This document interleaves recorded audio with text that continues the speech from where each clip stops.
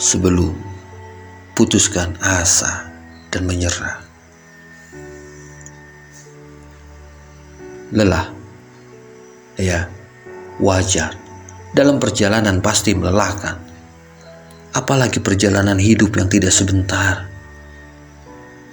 Istirahatlah sejenak, jangan hentikan langkah, sebab indahnya puncak hanya bisa dicapai oleh pendaki yang handal, yang ia tidak gentar dengan ancaman binatang buas. Ia tidak akan mengurungkan niat saat angin dan badai menerpa perjalanannya,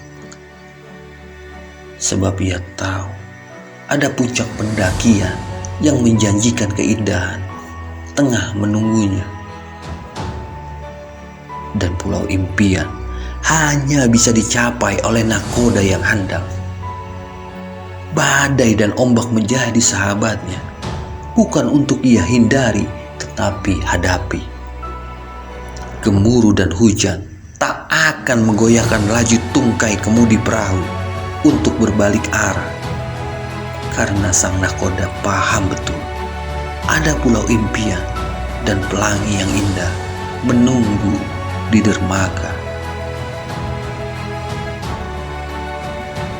Begitu juga dengan mutiara yang hanya bisa didapatkan oleh penyelam yang handal. Ia tidak akan berpikir untuk kembali ke permukaan, sekalipun nyawa ancamannya. Walau tekanan dasar laut bisa saja mematikannya, tapi ia tahu mutiara lah yang akan ia bawa nantinya. Dari sini kita belajar bahwa pendaki, nakoda, dan penyelam yang handal, talenta yang tidak banyak dimiliki semua orang. Mereka dibentuk oleh jam terbang dan pengalaman dalam hidupnya, karena mereka tahu jalan hidup yang dipilihnya. Badai yang menghantam, jalan yang terjal, dan ancaman. Semata-mata mereka paham bahwa itulah sebuah konsekuensi pilihan dan tujuan yang hendak dicapainya. Berdirinya seorang Ari Ginanjar, James Gui, Aini Fauzia, Mary Liana, Tungda Semwaringin, dan Syafi Effendi di hadapan ratusan, bahkan ribuan orang. Tidak semata-mata mereka dibesarkan melalui tepuk tangan dari audiens yang hadir, tetapi mereka bisa berdiri dengan gagahnya lantaran dibesarkan oleh pengalaman hidup, bahkan harus menebusnya dengan air mata. Begitu juga hebatnya Muhammad Ali dan Mike Tyson, sang petinju legendaris. Dengan sabuk emas yang dicapainya, mereka tebus dengan latihan panjang. Bertarung di atas ring, mereka dibesarkan oleh kucuran keringat dan darah dari puluhan, bahkan ratusan pertarungan yang dihadapinya.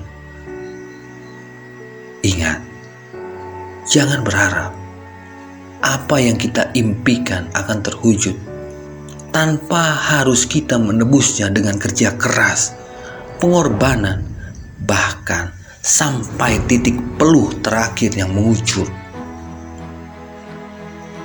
Dan semua itu menjadi alasan mengapa orang sukses itu sedikit, mengapa konglomerat terhitung jari. Karena untuk mencapai puncak tidaklah mudah dan harus bersiap menebusnya dengan air mata dan peluh. Sekarang semua kembali ke diri kita. Mau menjadi mereka yang langka dan jumlahnya sedikit, atau menjadi orang biasa pada umumnya yang kalah sebelum bertempur, yang menyerah sebelum memulai satu langkahnya untuk 1000 langkah menjemput impian, mimpi, dan cita-citanya. Ya, semua kembali kepada kita, dan jangan salahkan siapapun atau orang lain ketika kita gagal. Semata-mata Semua datangnya dari kita sendiri, dari diri yang mudah menyerah, lalu kalah. Sudah saatnya, tebuslah semua dengan perjuangan. Dan ingat, ada mereka yang patut kita bahagiakan. Wassalam.